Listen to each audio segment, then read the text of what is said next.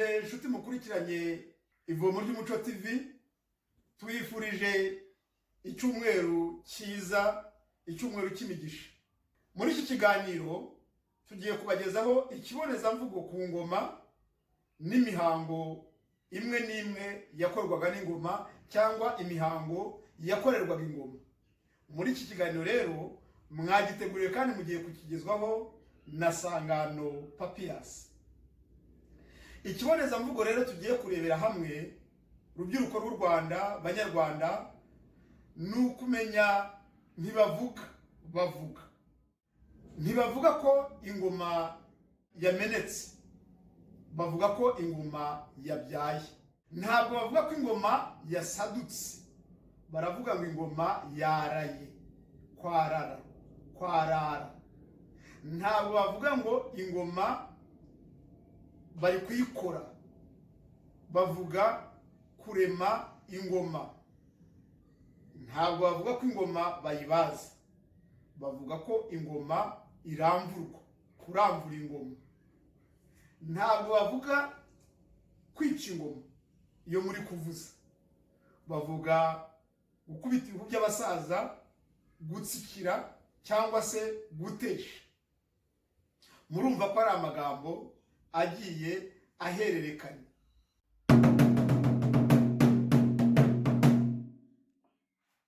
Ingoma rero nkuko mubibonye hano navuzaga, bahita ku ruhanga rw'ingoma.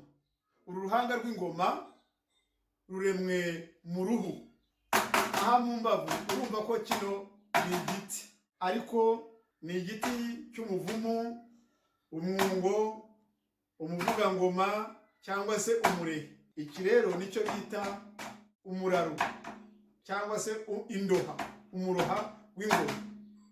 Ingoma rero ahangaha ino mikarago bahita ku bitsiki. Noneho aha dushyira imirishyo cyangwa se kuremera ingoma, aha bahita ku mukondo w'ingoma. Aha rero hasi aho yicarira ni ku ntango y'ingoma cyangwa se indiba y'ingoma. Rero uyu mukondo, iyo ingoma ziri mu mugendo, abiru bari mu mugendo, ubu ngubu ntabwo mvuze ko ntwaye ingoma, ni ukuremera ingoma. Ubu ndemereye ingoma uko ingoma nyarwanda iremye cyangwa se iramvuye.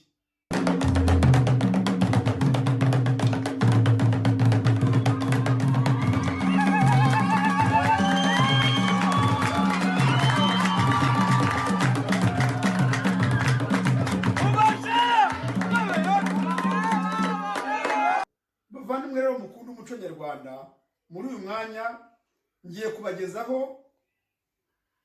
bimwe mu bisobanuro by'ingoma. Ubushize twababwiye ko ingoma ari igikoresho mpuzamuriri cyangwa mpuzajyana cy'umuco nyarwanda. Tubabwira ko ingoma yari ikirango gikomeye, ikirango cy'igihugu, nk'uko muri iki gihe cya Repubulika igihugu gifite ikirango cy'idarapo. Muragira muti rero ingoma iramvuye mu ki? Ingoma iramvuye mu giti cy'umurehe, umuvumu, umwungo cyangwa umuvugangoma. Ingoma kandi iremwe mu ruhu rw'inka, uruhu rw'inka ikuze. Imwe mu mihango yakoreshwaga ingoma hari kwimikwa k'umwami ndetse no kwakira umushyitsi w'ikirenga yari umwami. Ndetse n'ubu ngubu ingoma yakira abayobozi b'igihugu, yakira perezida w'igihugu, yakira ndetse n'abashyitsi bahire bagendereye igihugu cy'u Rwanda. Ingoma kandi yagiraga imihango bayikoreraho, umuhango wo kugira impagarike no kurinda ubusugire bw'igihugu. Ingoma kandi yakoreshwaga mu gihe cy'intango, mu gihe cy'intangiriro z'ukwezi, ikaburira abanyarwanda ko ukwezi kwabonetse. Ingoma hari indwara yakizaga yavuraga amahano, bakayivuza amahano bakayohera kubera ingoma, umuntu akongera agasubira ibuntu, akaba umuntu mu muryango nyarwanda. Uwakoraga amahano hari imirishyo bavuzaga bohera ayo mahano kugira ngo atazagaruka mu muryango.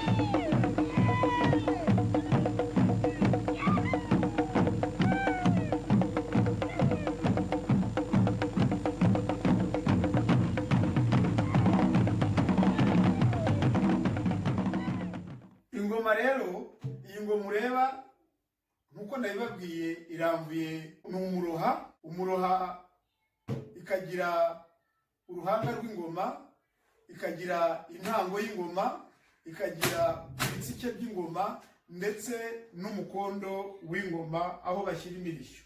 Mu mirishyo 11 twabagejejeho ubushize y'umutimbo ifite ikisobanuro. Tugiye kubagezaho imirishyo ibanza 4 cyangwa se 5, icyo yasobanuraga n'icyo isobanura ubu ngubu. Hari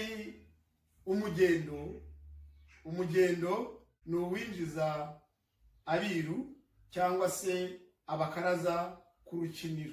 Hakaza umutimbo ni nk'integuza, ni integuza kugira ngo uhamagare abiru, abandi biru baze n'abandi bakaraza baze kunganira umunyenyahura. Hari umusuko wakiraga umwami, ukakira ingabo zivuye kwitabara. Umusuko kandi wakiraga umurwanyi uzanye ubutumwa bwiza bw'insinzi ibwami. Hakaza rero umurishyo witwa umurango warangaga inzira bazanyuramo, inzira ibaganisha ku rugamba n'inzira izabagarura. Murumva ko umurango harimo ijambo kuranga. Hari kandi umuterero waburiraga ingabo ko zizazamuka udusozi dukomeye, zikatuminuka zikatumanuka, ko mu gihe bazaba bari kurwana n'umwanzi bazaba hari n'imisozi itoroshye bazazamuka. Ibyo ni bimwe mu bisobanuro by'imirishyo 11 twabagejejeho ubushize. Tuzagenda tubagezaho indi mirishyo n'ibisobanuro byayo, ariko narabasaba kutwihanganira kuko twari twabararikiye umutumire, ariko kubera ibintu biriho byugarije isi by'icyorezo cya covid ntabwo twashoboye kubonana. Ariko ubushize nari nabibabwiye, ubutaha rero ndizera ko bizatworohera tukazamubaha, akaba ari nabo bagezaho ibisobanuro by'iyo mirishyo isigaye muri 11 twabagejejeho. Tubifurije gukomeza kugira ibihe byiza, mugire amahoro n'imigisha y'Imana.